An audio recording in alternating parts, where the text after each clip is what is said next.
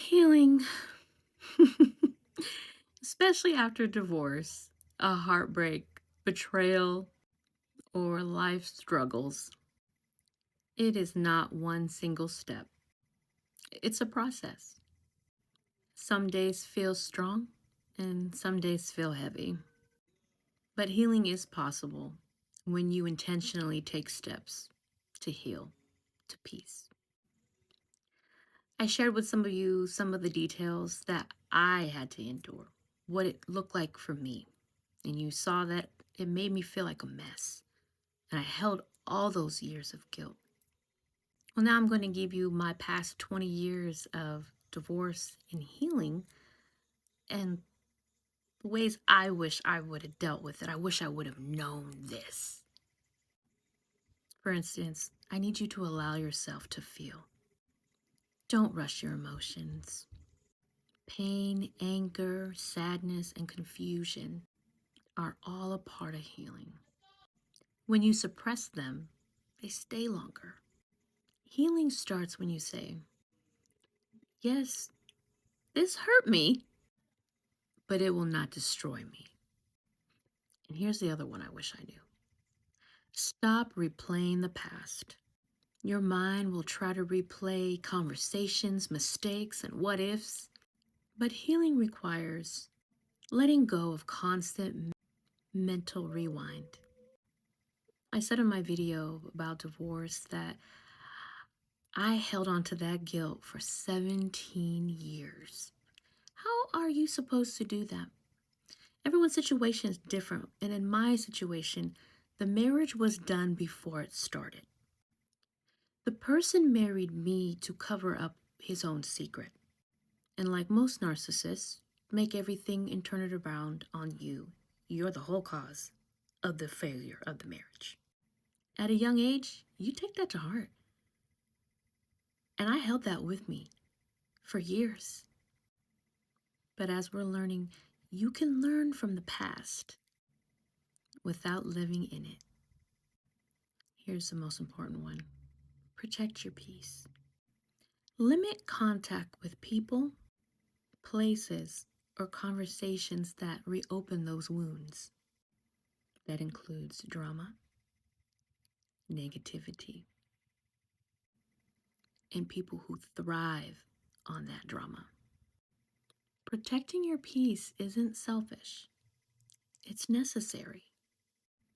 Ask yourself, what makes me happy? What did I stop doing because of others? What kind of life do I want now? Start building that life. How? By taking care of your body and your mind. Healing is emotional, but it's also physical. Simple things that'll help people more than you realize. Walking, journaling, we all know this one, prayer and meditation. Talking to someone you trust, which nowadays is very hard, so be very careful. Getting rest. Small habits rebuild strength. Forgive for your freedom. Forgiveness does not mean what happened was okay. It means you refuse to carry that weight forever. Forgiveness is releasing that poison so it stops hurting you. Like on Mondays is my reset day. I step into my sauna and I allow myself to cultivate prayer and meditation and have a real look at myself and ask my higher source, what do I need to work on? How can I be a better woman? How can I be a better mate? How can I be a better mother? And then I'm able to take that day and my facial's done. I put my rollers in my hair, sit under the dryer, and I think again. Taking care of the inner as well as the outer gives you that confidence and strength to continue to fight, to remain steadfast, and to have a better attitude, better outlook. It works. And this one, give yourself time. Some of you who are dealing with your heartbreak and dealing with divorce, Maybe it just happened. You're looking at somebody who's dealt with this and had to heal with it all within a 20-year span. Healing is not a race. Some wounds take months or years to fully close. For me, the person I married told me over and over again how wrong I was, and it was all me. And then he went to our little Filipino community and told all of them that. And they all sat there, and some of them yelled at me.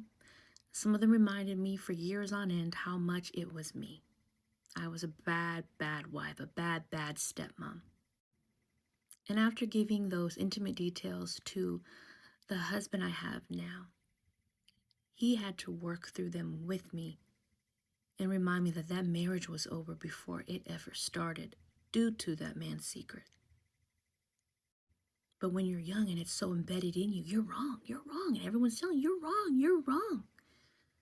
Until somebody who loves you and wants to take that time to heal with you tells you the truth. So ladies, whatever that truth is that you're dealing with, whatever community you're in, and if they're telling you you're wrong, how could you? We all have to remember we're not the one that laid our heads down with them at the end of the day and saw their everyday routines. Like I said in my other video, it is none of our business. And for the self-righteous ones, I'll say it again. It is none of our business what these young ladies have to endure. What it appears to be on the outside is definitely not what it appears to be on the inside. That community is still mad at me and still reminds me I'm wrong. And you know what? That's okay. Because you know what we're going to choose? Peace, growth, and self-respect. And one day you'll wake up and realize that that pain no longer controls you, because that pain hurts, right? Remember this. Healing doesn't mean that that story never hurt. It means that that story no longer has power over your life. Remember what I said in the other video. You got this, and I love you.